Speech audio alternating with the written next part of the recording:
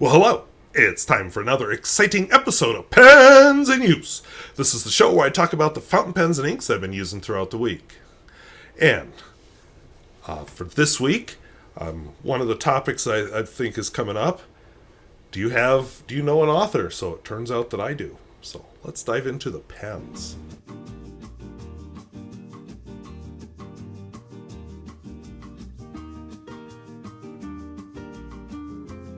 So, if videos like this interest you, where I talk about fountain pens both new and old and at all price points, I would invite you to subscribe. So these are the pens I've been using this week, with one extra. I decided this one belongs here even though there's no ink in it, but we'll talk about why in a minute.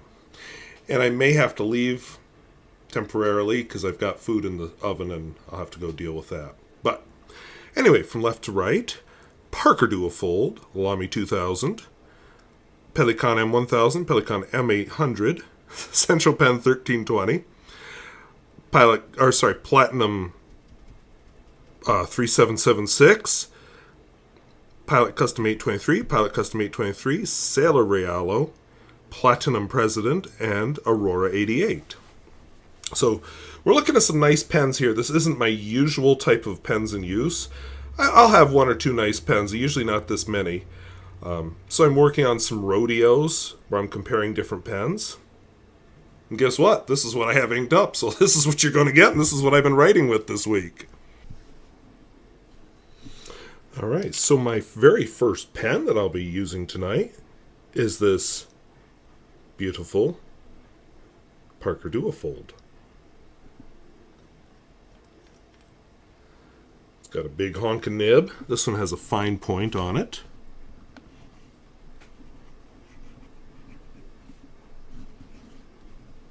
Has a nice amount of feedback. This is the centennial size. There is also an international size, which is a little bit smaller. Has a fine nib on it, like I said, and the ink in it is de Atramentis. Mint Turquoise, which is a very, very attractive color. And de Atramentis, at least I don't hear people talk about de Atramentis ink very often. Maybe they do and I'm just not hearing it. I just don't see it very often on reviewers' channels, and I just generally don't hear much about it. Overall, it seems to be nice stuff. Maybe spreads a little bit more than other inks on lower quality paper, but he has quite a range of colors and he's got quite a range of scents. The next pen is this Lamy 2000. This pen really isn't a peer of anyone else on this table tonight. This is just the pen I've been doing most of my writing with at work and elsewhere. My daily writer pen. So this probably won't be in this series of rodeos because it's really not on the same level. It's a very good pen. I like it, but yeah. So this has an Aurora, not Aurora 88, Aurora Black in it.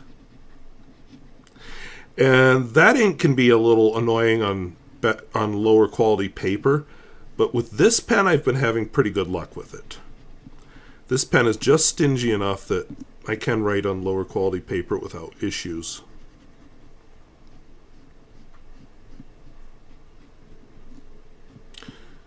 Just a very black. The Pelikan M1000. We're headed in a different direction on the price scale with this guy. I got it at quite a substantial discount, otherwise I probably still wouldn't own it. It's got a gigantic nib.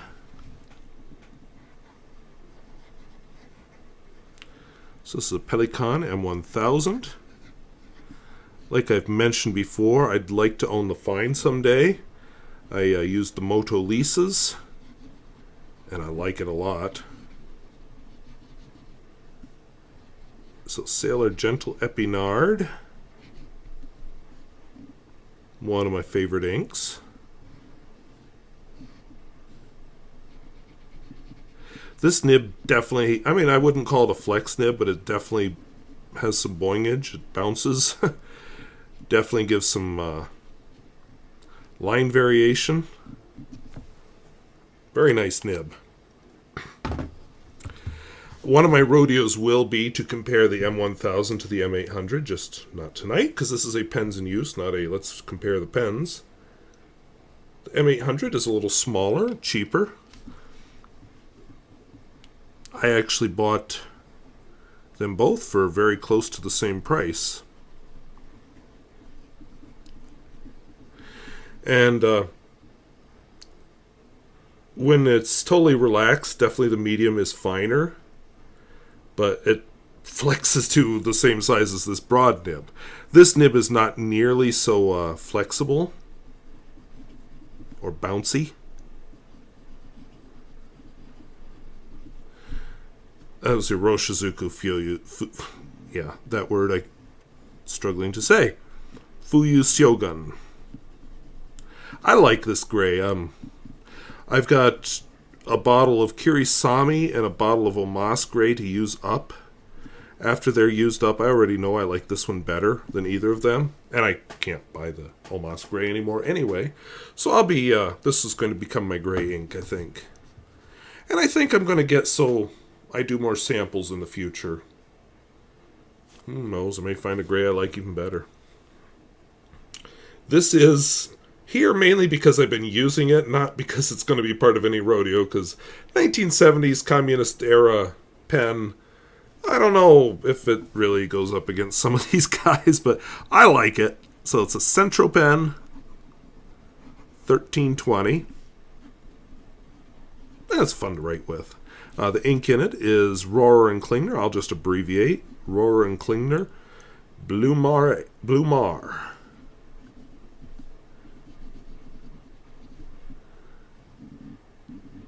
Which is just a very nice kind of turquoise color. I like it. I've got a couple of inks in this color family. I haven't decided which one's my favorite yet. Did kind of like Amairo, but I like this one too.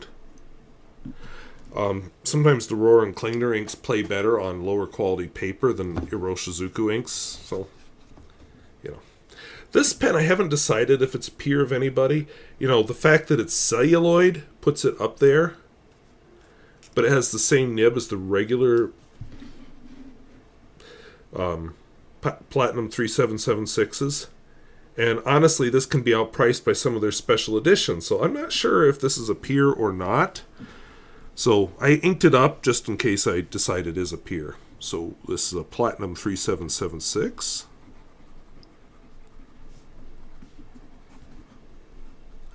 Has a broad nib, and the ink in it is another Atramentis. Apple Blossom. A color I originally bought because it reminded me a lot of Noodler's Matahari's Cordial. It's definitely not the same color, but it reminded me of it. And this would be a worthy substitute, I think, if one were so inclined, for whatever reason.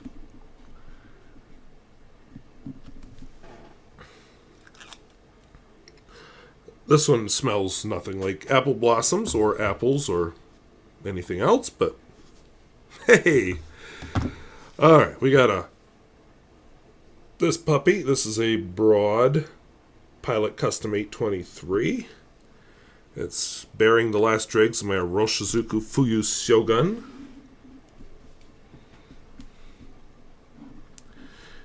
In my early days in the hobby, I didn't realize why some of these pens were Pilot Custom and some others were Pilot Custom Heritage.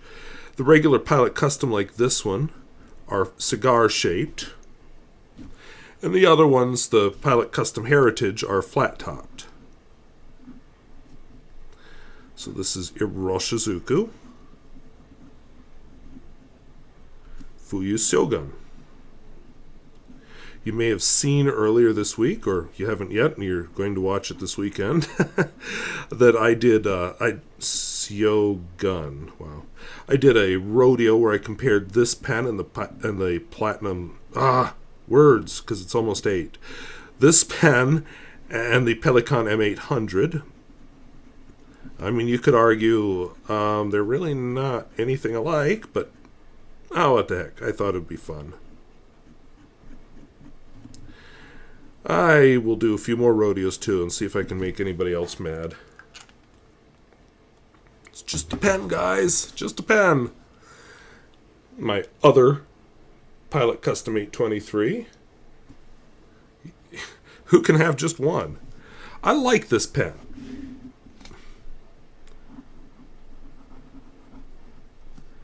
And guess what brand of ink is in this one, too? So Pilot Custom 823.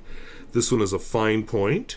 And the ink in it is, no, not Iroshizuku, Atramentis. Aubergine. Now, I also have, believe it or not, a bottle of Rohrer and Klingner Aubergine. But the Rohrer and Klingner is a special edition, so once I crack open that bottle and use it up, that's it. I'm not getting any more. Whereas this stuff, I can get more. So Aubergine is just like the fruit.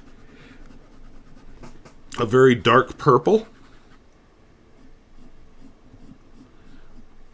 So you could almost sneak this one into a very business-like setting.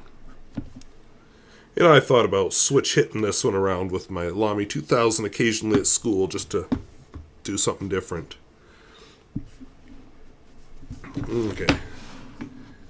I'm experimenting with a different place for my microphone. The problem is right now that I'm almost at the bottom of the page, it's in my way. So if the sound changes, that would be why. My second to last pen is my Sailor Realo. This month, instead of spending channel money on a pen or something, I actually am looking at a new lighting situation. Hopefully by pens in use next week, you'll see, did it work or was it a fail? This is Herbin. L'été. Or I could upset all my French-speaking listeners and call this J. Herbin, lie to the. So it's a nice brown. I mean, I've never been a particular fan of brown inks. But I like this one, and I think... Plus, I think I've used up all my other browns. I think this one will be my brown. And my last pen that has ink in it is my Platinum President, which is discontinued. You can still find them, though. So if you want one, get it. Oop, I just heard the alarm, but I'm going to finish writing this, and then I'll go get it, and hopefully it won't be burned. So Platinum President. And this is a broad, cursive italic nib, ground such by Dan Smith, the Nibsmith. And the ink in it is Omas Gray.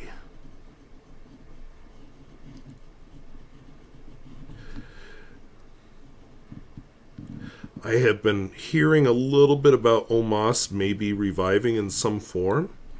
So I'll be curious to see what comes of that. Other companies have bought up some of the machinery and stuff, so, you know, it won't be the Omas of old, but, you know, the Omas of old couldn't keep his doors open, so there is that. But anyway, those are the pens and inks I've been using this week. And I just wanted to mention the Aurora 88. One of my viewers is a very big fan of this particular model. And Sajjad Hussein, since it's public comments, I'll just say. So I think we're going to work this one into the rodeo too, somehow. Because I'd put it up against several of these pens that you saw tonight. So those are the pens and inks I've been using this week. Maybe let us know down in the comments if there's a particular comparison you'd like to see. So let's talk face to face. So those are the pens and inks I've been using this week. And like I said, comment down below if you've got some ideas of ones you would like to see me do a rodeo with. No promises, but definitely a strong possibility. So my first piece of exciting news, I have a former student, and since she is now an adult and not a high school student, I'm going to give her a little publicity. So she published a book. It's on Amazon, and I did put the link down below. I have not read the book, so it could be god-awful, but I did put the link down below. It's called Under Dancing Stars, 5 Diamonds, and she was actually writing this book when she was in high school. So kudos to her. So of course, I ordered it, and I look forward to receiving it and getting a chance to read it. So I'll have more then. Unless it's awful. If it's awful, you will hear no more about it. But if it's any good, I will do a little book review on it. So you'll see the camera blip here in a minute. I'm going to go check on something I'm cooking. I'll have to go back out there in a few minutes to finish it. I took the foil off and now I'm just browning it. Anyway, so I'm kind of excited to look at that. Another thing I'm going to throw in here, we're just going to take a little preview of what I was doing last weekend. So I had Pens in Use done on time. I knew I'd be nowhere near home when it was due to come out. But I was not actually at home when it came out because I was in Bismarck, over to Jamestown. So I'll just show you a little footage, a couple surprises I found on the way, and a little bit of why I was over there. So, of course, I attended state cross-country Class B on Friday. My school is Class B. That means we're one of the small schools. And my kids have already passed. These are the ones that are the laggards, so, fun. It is amazing, though, to watch so many kids run so far, because they're running 5,000 meters. And not all of this is, flat, even though it's eastern North Dakota, because it's Jamestown. It's in a valley. There's a river and a dam and stuff, and they have to run up a really steep hill. They just absolutely hate it, especially since this is right at the tail end of the race. I don't want to brag or anything or give away too much identifying information, but my school may have been top boys winner 3rd year in a row and second place girls winner this year. Not to brag again, but I'm just so happy about that. So that was a good reason to make this trip. But that's not all I did. I visited some small towns. Here is Tuttle, North Dakota, very small town. Used to have a high school. Now it no longer has a school at all, but here is the building. It's kind of a business incubator now with only one thing in it, but, what are you going to do? So I'll talk more about it when I finally put the video together, but what a cool looking old high school. So, of course, the geese were migrating. Had to let you listen to them honk. And what a flock. I mean, they're covering the flippin' sky. They're bailing out of North Dakota because apparently something bad is coming. I don't know. And here's another old school in Robinson, North Dakota. Again, no longer open. But what a neat-looking old building. I just love this building. One of my favorite old schools. And these small towns just seem to be full of slow children. I don't know what it is. Maybe the slow small-town life makes the kids slow. And yeah, wood smoke was in the air because fire danger was a big deal this day. And here's a fun bar that actually stole the title of Nation Center from Rugby, North Dakota. Oh, sorry, Center of North Dakota. North America from Rugby, North Dakota for a little while. And they have hunting season hours. Kind of interesting. And, hey, Trump Towers. You think I'm joking or being political? I kind of wonder what the motivation here is. Is it I like Trump or I don't like Trump? I don't know. But, yeah, that's definitely Trump Towers for Robinson, North Dakota. Looking a little bit the worse for wear, so I'd love to know the story behind this building. So that's coming. So yeah, that was a... So I'm weird. Who else wants to go visit small towns in rural North Dakota on a Friday that they have off from work. Okay, this guy does, but no, anyone else? So that's what I did. I saw a newspaper article. It fits in with a driving video that I'm going to do soon. It was about the Dickinson Public Library. So Dickinson is my closest city. A lot of you would say, you mean small town? And I'd be like, North Dakota City.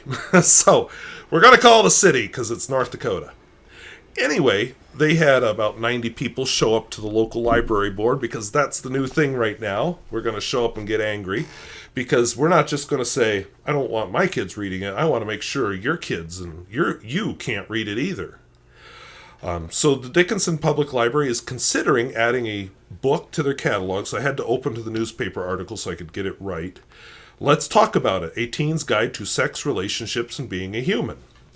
And I have not seen the book. From the description, it sounds like a book that I won't be buying because I don't really need an education on the mechanics.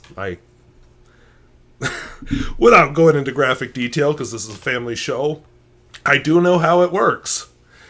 But anyway, when you're younger, you don't. Now, do you want your kids getting the information from their friends? Because they will. From the internet? Or something reputable? And do you really want to answer all those questions that your kid has? Does your kid want to ask you those questions? Parents are good for teaching about consent and how to deal with the opposite sex and relationships and all that, but maybe not the nitty-gritty of how to do it. So that's where I think books like this are good. And it's apparently illustrated. Again, I have not seen it, so I can't really judge it, but I'm more on the side of freedom of information. You don't want your kids to see it? Then don't let them take it out of the library. Easy peasy. But, the book banning thing, so I'm going to develop this theme in detail, is, to me, you need to have a good reason for banning it. Is it full of a lot of misinformation? Is it harmful? We just have this weird hang-up in America, the United States, about sex. Well, sex is fun. And why shouldn't there be books about it? So, anyway, I look forward to a video on book banning coming soon. And for those 90 people, please stop trying to tell me and the kids of other people what they can and can't read, what they can and can't have in the library. There is a process for getting books taken out of a library. It's a kind of an onerous process for a reason, because we don't want, right now it's stylish to go after libraries and schools. We don't want the latest fad to kick books out. We want it to be reasoned and considered. And it takes time to do that properly. And yeah, some books should be taken out. I found a book in my collection that I bought thinking it was something else, and I started reading it like, oh, this is all creationist bullshit. And, oh, climate change isn't real bullshit. And I decided, you know what? I'm taking some books to donate to the library. This isn't going to be one of them. I donated it to the trash. So, we make those choices. Like I said, this sex book, not something I'm going to buy. I don't buy books with naked people in them and sex and all that, but I'm not the target audience. 46, I've got a little bit more experience with those kind of things than a kid does. We'll leave it there. I'm going to leave. I'm going to go check something in the oven, and then and it's not a bun in the oven. And then we'll hit my other two topics. Close, but not quite there. So I've got a little bit of a sort of fun topic. It's kind of interesting that lately there have been a lot of fantasy, and not the type of fantasy that would have been the subject of the book I was just talking about. I mean witches and wizard type fantasy. There's been a lot of fantasy type books being made into TV series lately. And I got into that a little bit. So I've been trying to watch, Dance of the Dragon and Rings of Power. They've both concluded. Dance of the Dragon is George R.R. Martin, and he has that 13-year-old hired to make sure there's lots of sex and nudity and gratuitous violence in his stuff.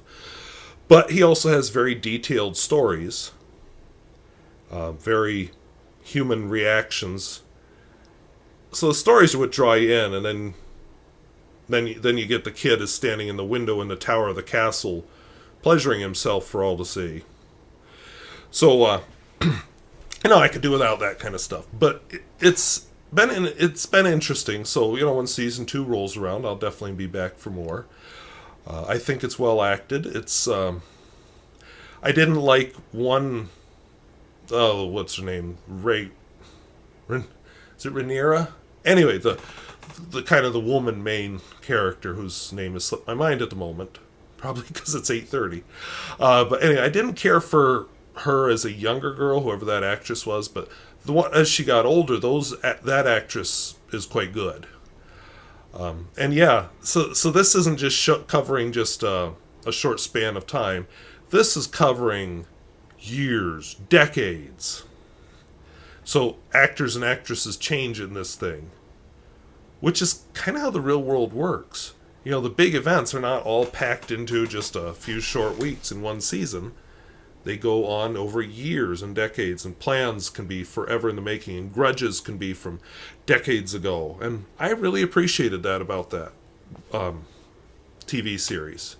Special effects, of course, are good. It's HBO. They've got a lot of money. And so if you can get past the gratuitous sex and violence, there you go. Rings of Power. It's been a lot harder to get into. I felt like some of the main characters were really immature. Galadriel did not come across as a 1,000-and-some-year-old elf. She came across as a teenager, like the ones I teach. And the same with Elrond. Just not very... They didn't have that gravitas that you build up through years, and in this case, centuries of experience. I didn't expect them to be the characters in the Lord of the Rings books, but my God, they shouldn't be acting like kids. She's out for revenge because her husband, no, what was he? Her brother was killed. Just like, okay. And then her whole let's jump off the boat and swim across the ocean. Yeah, you're an elf, but seriously, you can survive that long without knowing if you're going to get picked up, no sight of the shore, we're just going to swim in the ocean? I didn't care for that. There was a lot I didn't care for. I didn't really like the Harfoots. They just were annoying. The man who came there, people were suggesting he was Sauron, and I didn't think he was. And it turned out I was right. But I won't tell you who was Sauron. I'll just kind of go around that one. But the signs were pretty obvious he wasn't. He's a wizard of some kind who's trying to figure out his power and has lost his memory for some reason. The Sauron thing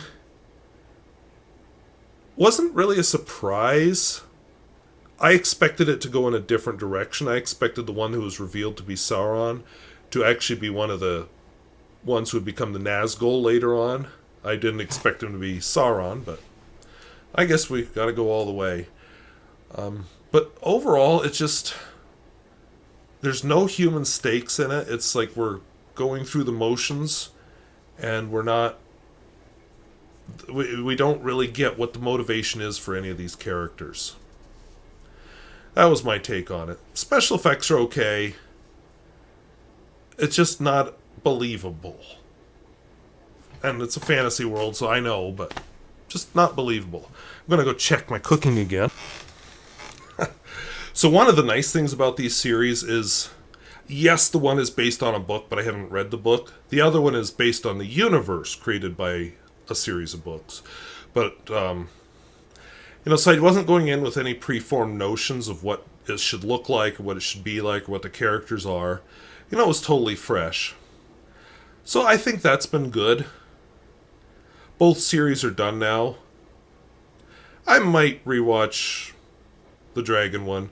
Rings of Power, I don't know if I care if I come back next season. I might, just because, see if it gets any better.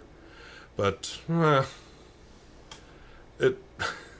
when I start doing other stuff, when I'm turning my attention to watching something, that's usually a bad sign.